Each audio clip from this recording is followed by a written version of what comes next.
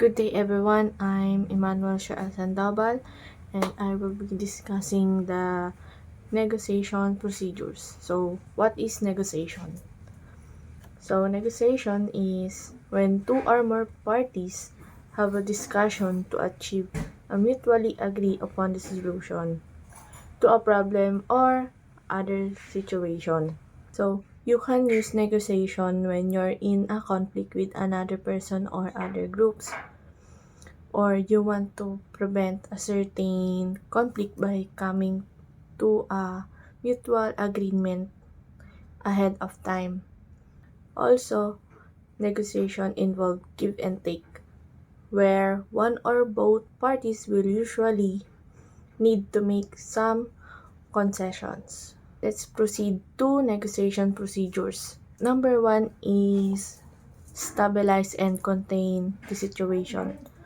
To keep it from becoming worse, we must contain the situation. So, gaya nung nasa example, we use police line or tape, barricade tape. So, para hindi madama yung ibang civilian sa pinangyarihan na lugar. Next is, select the right time to contact the hostage taker.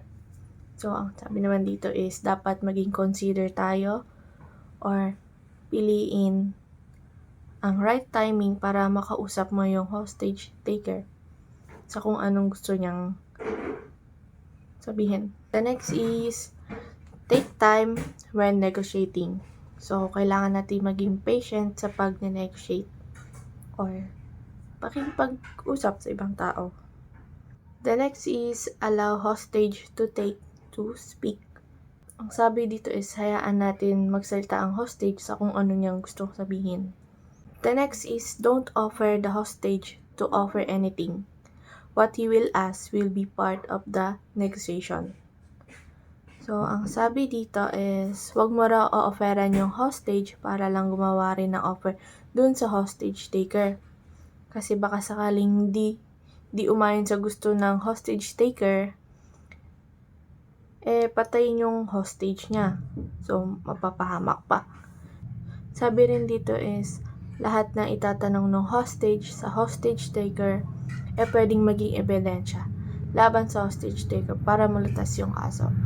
Halimbawa, mag-offer ka sa hostage na sabihan yung hostage taker na baka pwedeng babaan yung demands niya or ransom.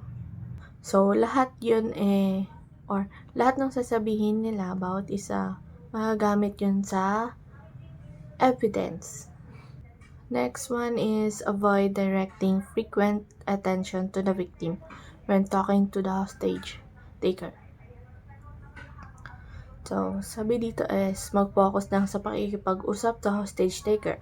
Huwag doon sa hostage kasi baka mapansin ng hostage taker na sabihin na may binabalak na yung negotiator. Baka isipin niya trap lang yon or ambush ang sunod na mangyayari. So, ang halimbawa nito is ikaw yung negotiator. Tas, tingin ka ng tingin dun sa hostage kasi inaalam mo kung maayos lang siya, kung anong ganap niya. So, kung may ganun mangyari, magdududa yung hostage taker sa'yo as a negotiator. Next one is, do not call them hostage. Be honest as possible, avoid tricks, and be sincere. Sabi dito, huwag tatawagin na hostage yung hostage sa kapag kausap mo yung hostage taker. So, sabi nga doon, huwag tatawagin na hostage yung hostage kapag kausap mo yung hostage taker. Kasi nga, undercover ka para makipag-negotiate. Kung alam na pulis ka, edi wala. May posibilidad na malaman ng hostage taker yung tunay na identity. Tapos, pwedeng mapahamak yung hostage. Dapat laging honest or tapat kung maaari. Huwag gagawa ng kalokohan pagkausap mo yung hostage taker. So, be sincere para malaman ng hostage taker na seryoso ka sa pakikipag-usap sa kanya or negotiate. So, the next one is never dismiss any request from the hostage taker as trivial or unimportant. Sabi dito, wag mong basta-basta na lang itapon yung naging usapan nyo ng hostage taker. Kailangan i-note mo yun. For example, nagsabi ng demand yung hostage taker, pero di ka sumang-ayon kasi nga sa tingin mo masyadong mataas yung hinihingi niyang demand para sa hostage, kaya hindi mo sinunod. Tsaka di mo na binigyan ng pansin. Pwedeng magbago yung isip ng hostage taker at yun ang dahilan para mapahamak yung hostage mismo. Tsaka pwedeng magbago rin ang isip ng hostage taker sa pakikipag-negotiate. Ang kakalabasan nun is hindi successful yung negotiation mo towards the hostage taker. Next is never say no. So, huwag tayong tumanggi sa pakikipag-negotiate sa hostage taker kasi pwedeng magbago yung isip niya at pwedeng mapahamak din yung biktima. Next is soften the demand. So, kailangan makisama tayo sa hostage taker na kung pwede babaan yung demands nila. Pakisamahan natin yung hostage taker sa kung anong gusto niya. So, the next one is never set deadline. Try not to accept a deadline. So, wag tayo magsaset ng deadline kasi kung magsaset man tayo, baka hindi sila tumupad sa pinag-usapan. Ang pwede pang mangyari nun is ma-ambush tayo. So, hindi natin alam na sa paligid na pala yung mga kasamahan niya. Do not make alternate suggestion, not agree upon in the negotiation. So, sabi dito is, wag mong babaguhin yung mga sinuggest nila or nung hostage taker at baka hindi kayo magkaintindihan about sa pinag-usapan nyo. Do not introduce outsiders or non-law enforcement officers into the negotiation process. Do not exchange a negotiator for a hostage.